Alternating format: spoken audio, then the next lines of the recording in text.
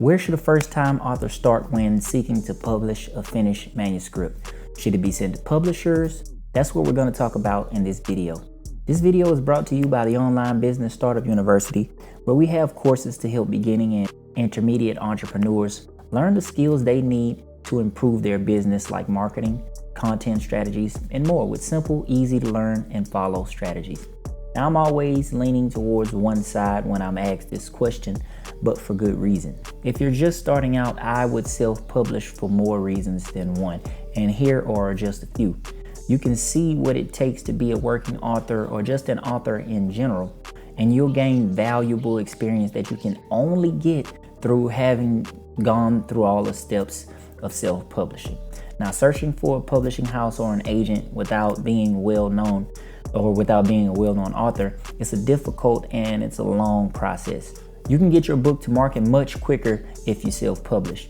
You can adjust and change direction much quicker. You'll have full creative control, and I'll briefly break each one of these down. You can see what it takes. Most publishing houses are suffering financially since self-publishing has taken off, and it's gotten way more competitive. So the larger houses don't have the budgets that they once had to push marketing dollars behind their authors. This means that they're requiring the authors, even the known ones, to do a lot of marketing or legwork. So they have to do a lot of their own marketing. And this is supposed to be one of the things that makes being with a publisher or publishing house appealing. Since this isn't the case anymore, it has lost a lot of its luster for a lot of people, especially if you have to do most of the work anyway. The only upside is that they obviously can get your book in stores or physical locations much easier than you could. But it's like becoming a famous musician or a sports star. It's incredibly competitive, and it might frustrate you to the point of giving up, and a lot of people do. You can see the fruits of your labor much faster with self-publishing, and you'll gain a lot of valuable experience. I mean, there's all sorts of things to think about when publishing a manuscript. You got to think about editing, cover design, the book description, or the book blurb. Some companies call it that. Getting it placed in different libraries in places like Amazon or Barnes & Noble or iBookstore, just to name a few. You'll have to learn about all of that, and that's where the research comes in. Believe it or not, writing the book is the easy part. The marketing and the stuff after, that's the stuff that takes the wind out of you sometimes. But it doesn't have to be complicated, and there's a great tutorial that covers all that. It's going to be in the description or up here. Now, searching for a publishing house or an agent without being a known author, that's a difficult and a long process. And most publishing houses and agents are about that bottom line for whoever they're associated with. Meaning, if they don't see your book making dollars or making bucks, they won't likely take you on as a client. And if they do, you'll still be behind all the other authors that they already have on the docket for their releases. This means that your book may not see the light of day for at least 6 months or a year, depending on how big or small the publisher is. If your book doesn't sell well, then you just lost your publishing deal. And the deal isn't really that sweet. Authors get minuscule cuts, to be honest, unless you're known or you have a great following on social media or you've sold many books already. So you're gonna have to bust your hump and sell some books. But you have way more leverage if you self-publish and you do that work yourself. Because then when it comes to a traditional publisher or an agent, you have leverage to demand more of a cut or a better contract with the publisher. For example, you could say something like, I've sold this many books or X amount of books. I have this amount of following. You get the picture. When you do these things, you're an asset and they don't have to work as hard, and they'll be more willing to take you on as a client. You can get your book to market quicker. Like I just mentioned, your book will most likely be shelved, or it will have to wait until it's already established authors release their books. And who knows how long that might be. It could be months, or it could be even years, possibly. You just don't know, and you're at the mercy of the publisher. It isn't personal, it's just business. And with self-publishing, you can do it in as little as a few weeks if you're a soldier and you're really ready to do the work and bust your hump. You can adjust and change direction much quicker.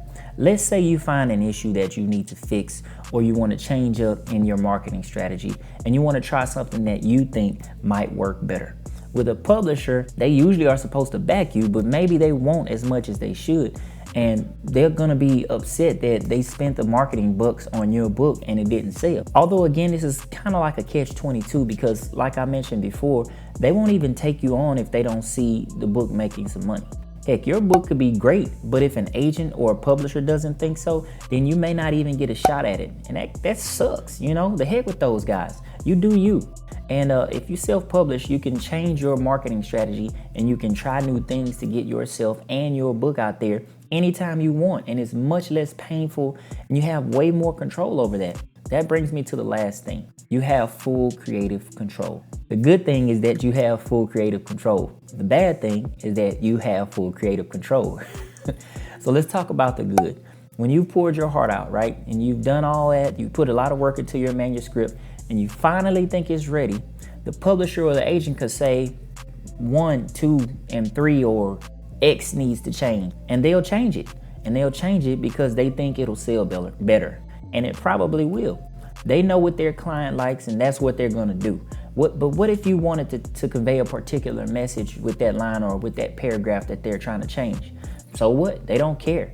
They don't care how you feel. Let's sell books. That is the mentality. And that sucks because when they edit and they chop and all that, you might end up with a manuscript that looks nothing like what you imagined it being. With full creative control, you can change what you like. Sure, get an editor, but you can choose not to use what the editor suggests if it's a specific thing like the example I just made. Now here's the bad. When you put all that into a book, you might think it's great, right? We get attached to a thing that we put that much work into, so we don't treat it like we should, a product, so we make mistakes. After you're ready to put out a book, you're a marketer, you're an entrepreneur, you're an authorpreneur, if you will. And most of us don't treat it that way. We treat it like it's our baby. Stop that. Don't do that. We create these rinky-dink covers. We botch the descriptions. We botch the book blurbs. We don't get editors. You know all the stuff that you'll learn in this tutorial in the description or up here if you want to publish that you won't know if you're just beginning trying to publish it. We don't have a marketing strategy, but you can learn all that in the course that's down in the description. It's a double-edged sword, you know, but you don't know what you don't know. And while there are all these great things about self-publishing, there are also these things that can completely derail your book. That was a lot. So all in all, I still think that self-publishing is the best way to start. You can always pursue traditional publishing down the line, but it's always better to have the knowledge and to learn the ropes so you don't go in there blind and then get your dreams crushed when they tell you no. Now, some people pursue what's called a hybrid model, which is where you self-publish, but you also try to look for a publisher. And that is a great model because not only are you getting the chops that you need while you're promoting a book or writing a book or self-publishing a book, so you're learning a lot there, but while you're setting up that work and learning the ropes and possibly selling some books, then you can also shop around that manuscript to a traditional publisher. And if they pick you up, great. If they don't, you're still set there with with having the full control and the ability to put your book out fast, to change marketing strategies and all that stuff. So I'd recommend a hybrid model, which a lot of authors these days are doing, going the self-publishing route and then also trying to shop that manuscript around. But make sure you do some of the basic things that you'll learn in my Books from Scratch program. It's free to enroll. It's down there in the description. And I mean things like getting an editor. A lot of people want to skip that step, or doing the research to see what the books that look like yours or that are in the same niche as you, going to look at all those covers and make sure your cover looks the same as those. There's just a lot of nuances that you won't know when you're a first-time publisher, but you'll learn all of that in my Books from Scratch program. Now look, you guys know already that I appreciate you watching. A lot of you watching, my analytics say you're not subscribed. So before I tell you to subscribe, you already know I'm gonna ask for that. I just wanna ask that if this video helped you, then hit that thumbs up, hit that like, because any engagement that I get, it helps me to get the message out to more people. YouTube will show it to more people. So even if you don't subscribe, hit that like, leave me a comment, engage with me. And then yes, please subscribe. I appreciate you watching. I'll see you in the next video. Peace, blessings, and prosperity to you.